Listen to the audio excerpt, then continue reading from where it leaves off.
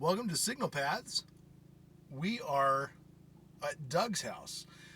Doug Moore is a speaker designer, and he's been working diligently on his project here recently.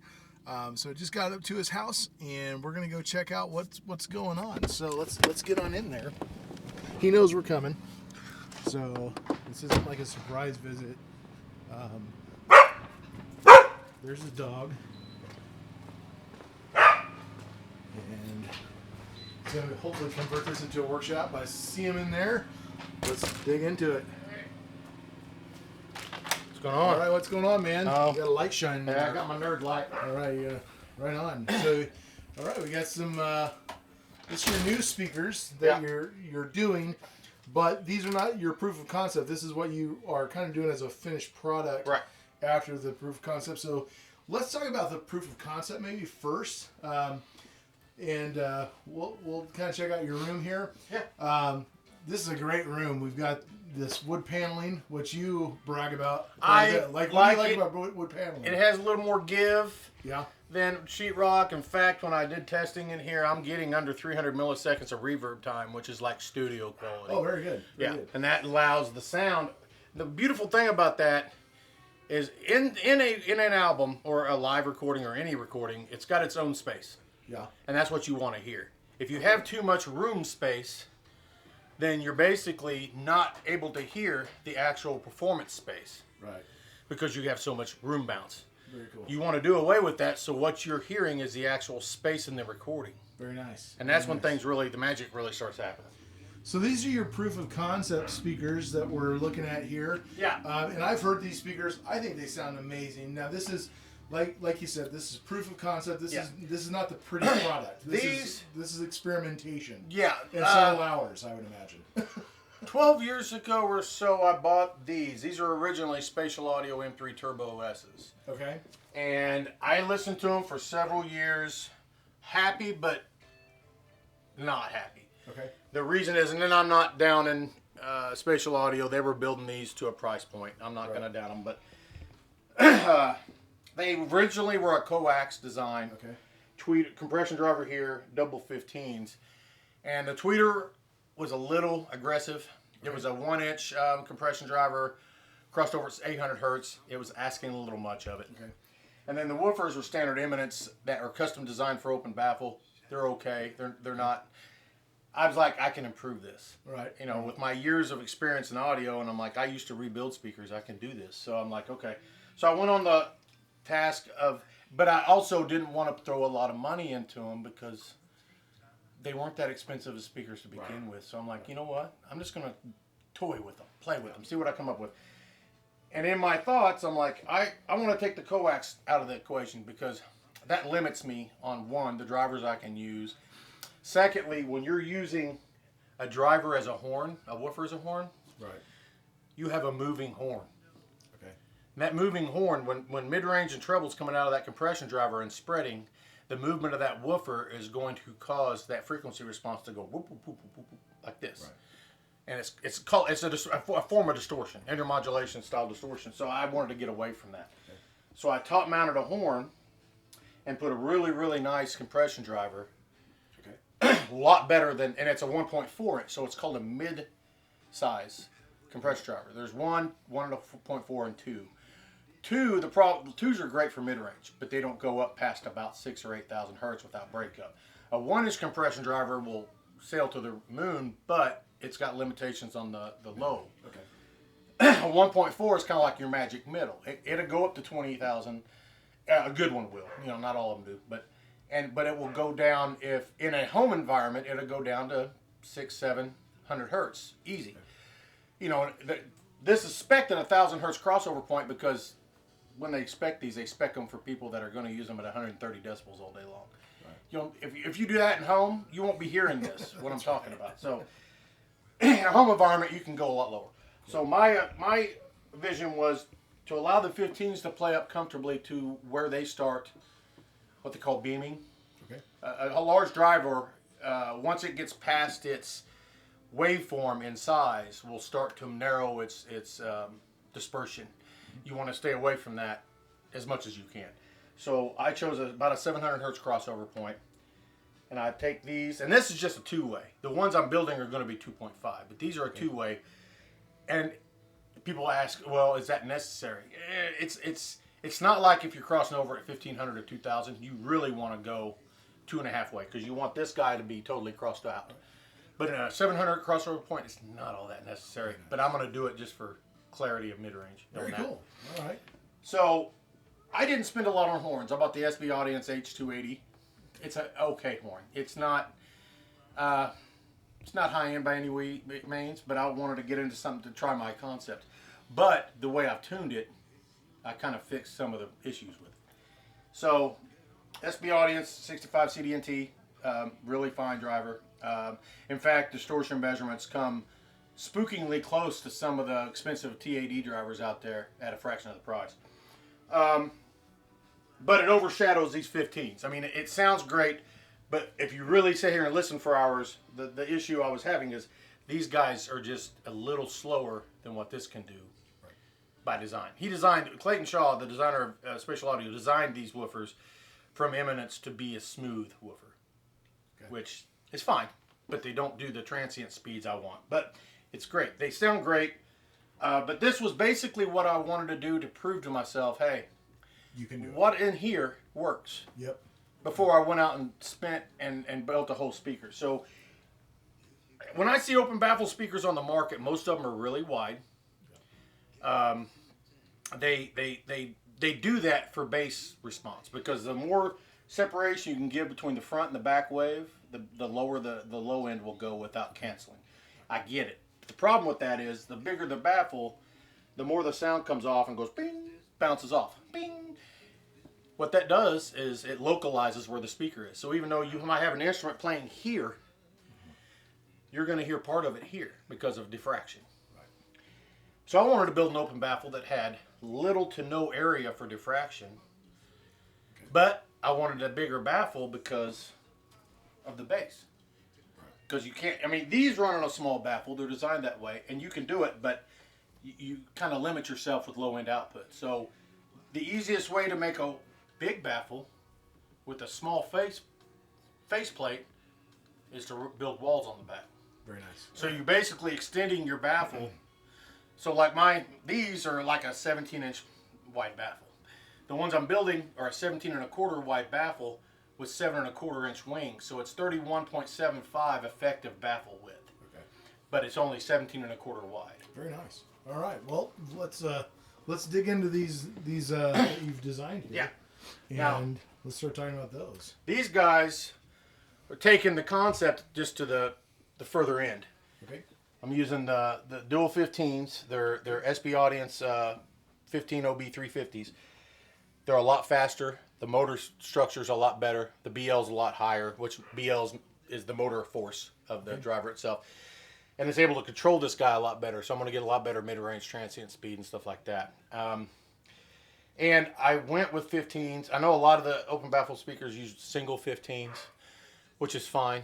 But once you get them in a sizable room, you want the surface area of more of dual drivers.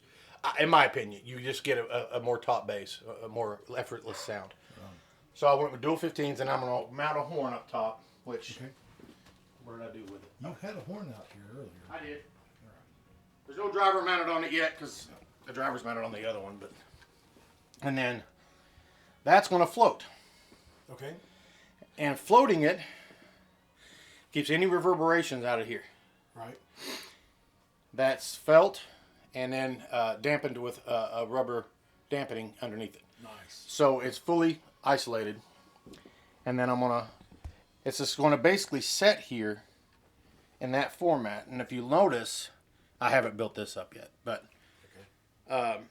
the dispersion of the 15s in the horn, if you look at the dispersion characteristics, it's almost identical.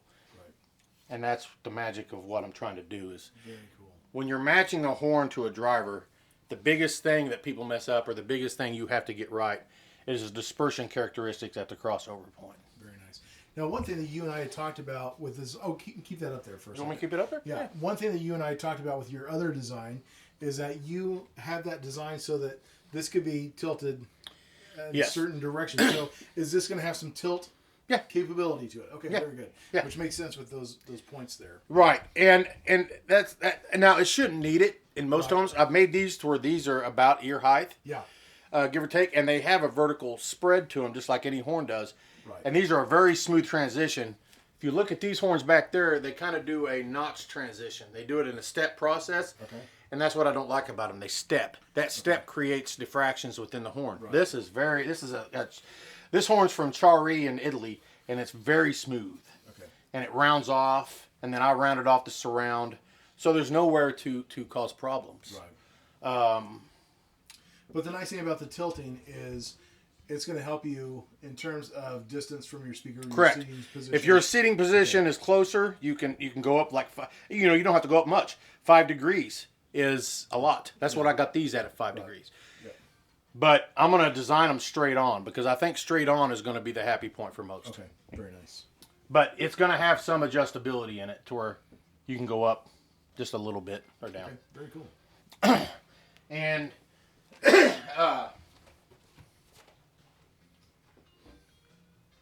put that up before I knock it over. Talk about this baffle on the back side. Okay. Well, the baffle extension, I guess, is what you're. Yeah, they're wings.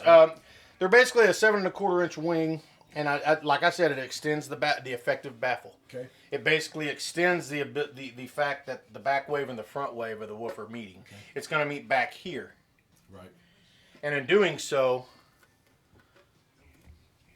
I'm using decoupling right here. Okay, so what is that, like a rubber? It's a gasket. It's a rubber gasket Okay. that it completely decouples this from the baffle. Okay. You don't want to put hard surfaces meeting in a speaker is not a good idea. Right. And so I gasketed it Okay. to keep it totally isolated. Okay. And not only that, this layer here is constrained layer dampened, Okay. which means it's got a special compound on the back layer that is an anti-vibration compound. Okay. And what it does is it shears. So when these woofers vibrate, that compound shears and it soaks up the reverberation and the vibration, so it won't transmit through the rest of the valve. Very nice. Very nice.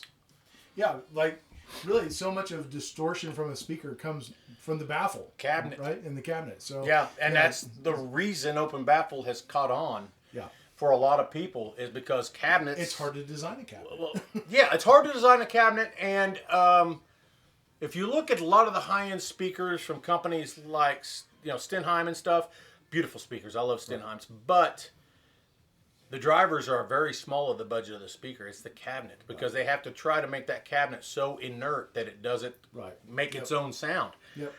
Open baffles don't really have that problem if you take care of the baffle itself. Now, the people putting a bunch of woofers on a piece of plywood it's going to be a rattle can.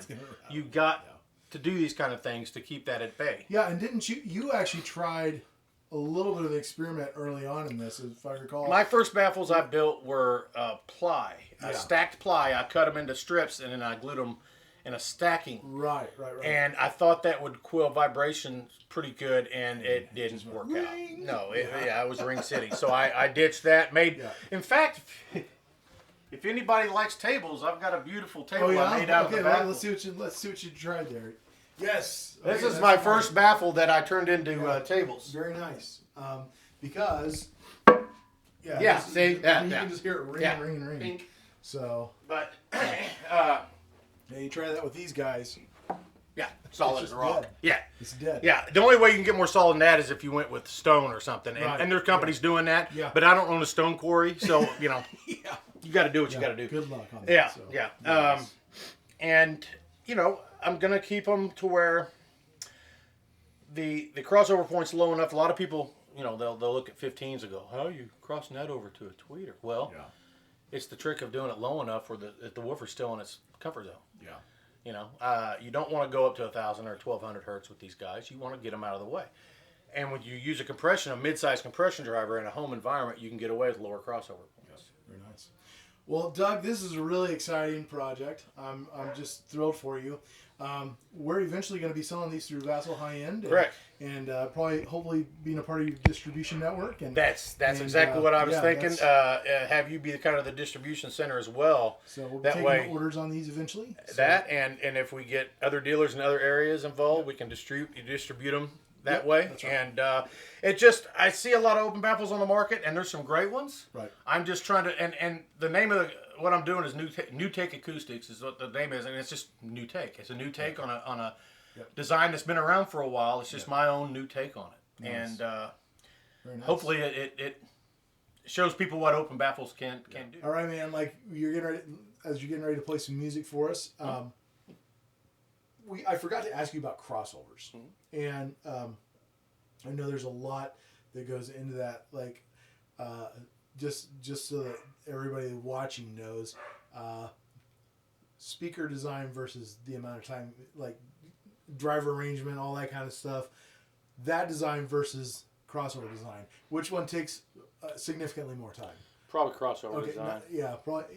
Probably. Yeah. Well, I mean, you gotta do the things physically you need to do to get them aligned. But the crossover design is the most banger of the head. You know what I'm saying? You gotta, and there's a lot of times where you're switching a lot of things around and trying different things to see what works and what measures. So you've tried out several different capacitors, different filters, different. Yeah, I've done everything resistors. from third order down to right back down to first order to try to find that mix that works. Absolutely. And these, beautifully enough, do enough rolling off on their own that I'm getting a really high order roll off even using a first order filter because I have a contour network taming these guys. Very nice.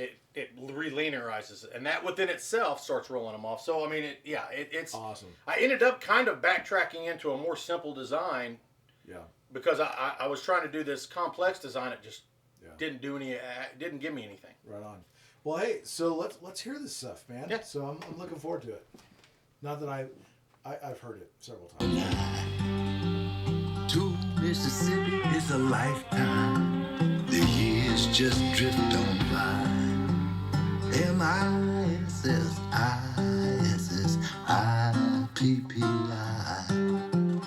You know, if I were to put that voice placement anywhere, I'd say it's right around. As I'm sitting down, like, I almost feel like it's like 5 or 6 feet tall. Yeah. Like it sounds like there's a human being standing. That's exactly the way I Really designed it. sounds great. When the cattails shake and shiver, you can hear that lonesome. I'd say the guitar in this is probably around the 3-foot Might be range. the moon on the water, or the old gray ghost in the trees, or the scent of the sweet magnolia rising on the breeze. Nice rich bass on this. Is a long time gone in the blink of an eye. The bass is fast. Like it's Is a lifetime. I'm a big guy.